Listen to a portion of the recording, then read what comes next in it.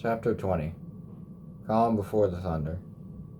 Page 78.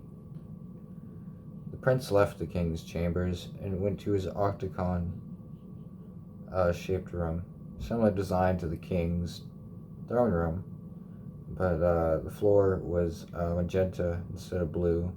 His bed was more of a hut of blankets with a bed in the middle with a golden triangle with an emerald stone for an eye on top, holding the blankets in place along with golden titanium chains, holding the clothes to the cloths to the ground, sorry. He had a golden circle mirror with a culture of boozes.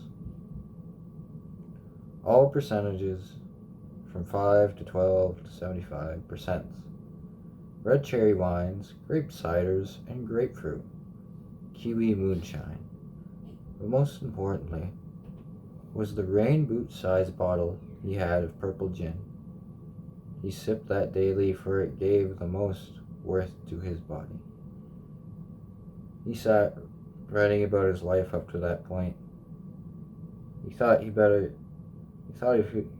he was going to die straight away in battle, or get poisoned by the king of the Knights Division, Samuel the Great, so he could lead the army and take the spot as rightful heir.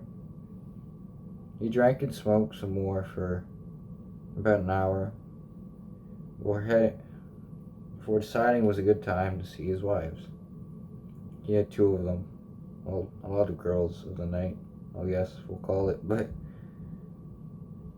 his wives knew about that, and they had their fun with other kings, queens, and princes. So, yeah. Adraxus introduced most of them. Adraxus, sorry. Yeah, with the T.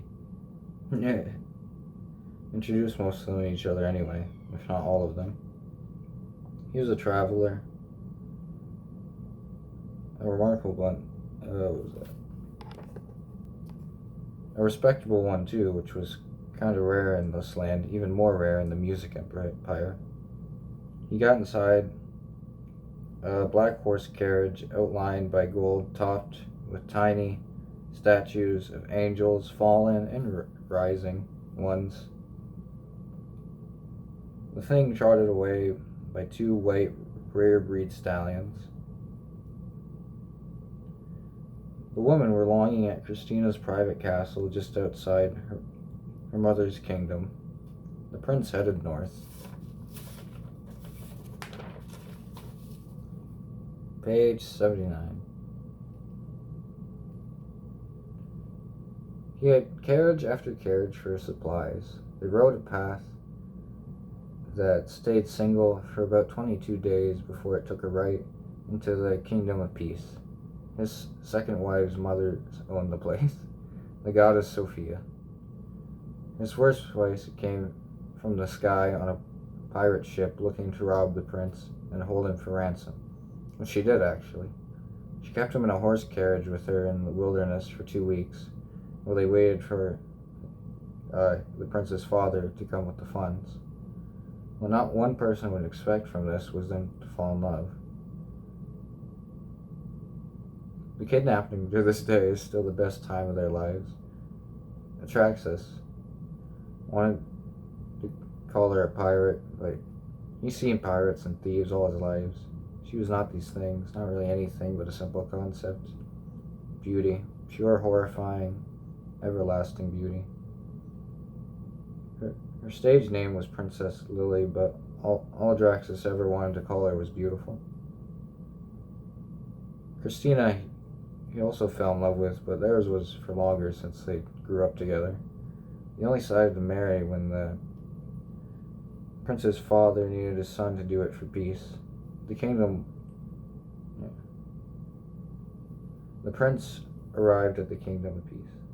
It was tall, lengthy white towers with 10 circles on top of one another. The street had sword and cannon-proof lime green glass square cut tiles that you could see through, which led to a wall of prayers and numbers to keep track of for your day-to-day lives. Buildings of the streets were full of movie theaters, musical plays, regular music being performed, brothels, dance parties, erotica buildings, high temples for getting high in, taverns for getting drunk in, and back alleyways to start fights in. The prince stopped at all of these places before getting back on track to go and entertain these lovely women. Page 80. He finally got to the other side of the city-built kingdom. Christiana had a private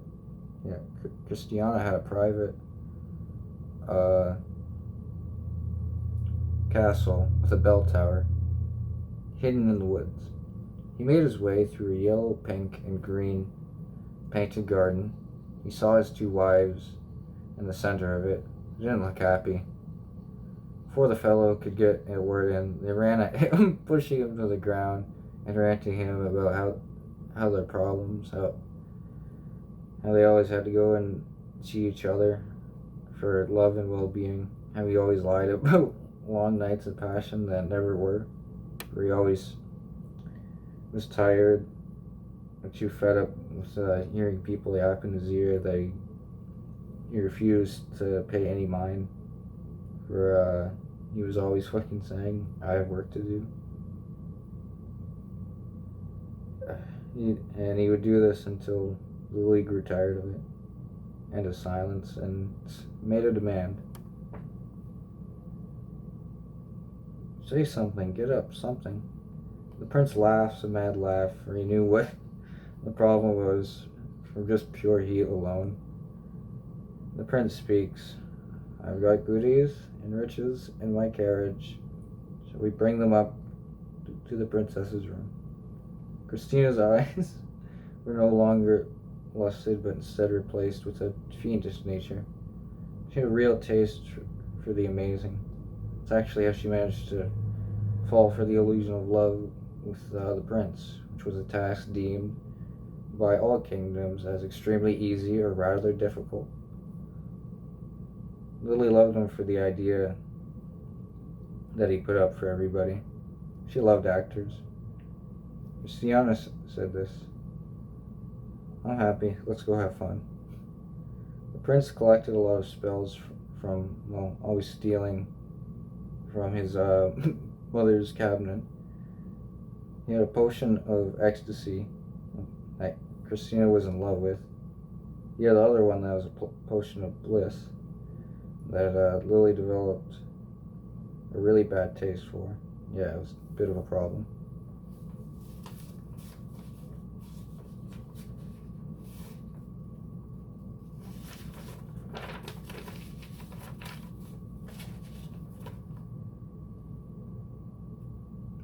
Page 81.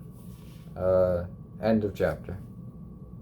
They ran their energies up a triangle of fantastic, sacred white eggshell stairs up to a rose gold bell tower, topped with a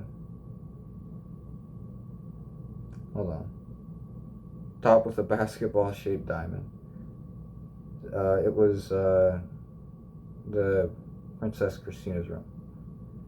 They sat in large oak wood couches with mammoth fur cushioning them. Lily and Christina were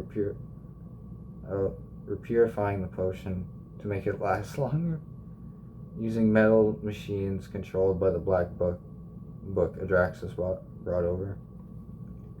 They consumed their love and bliss, while Adraxus ate the doom fruit so he could set off fireworks over the castle with his sharpened white fingernails.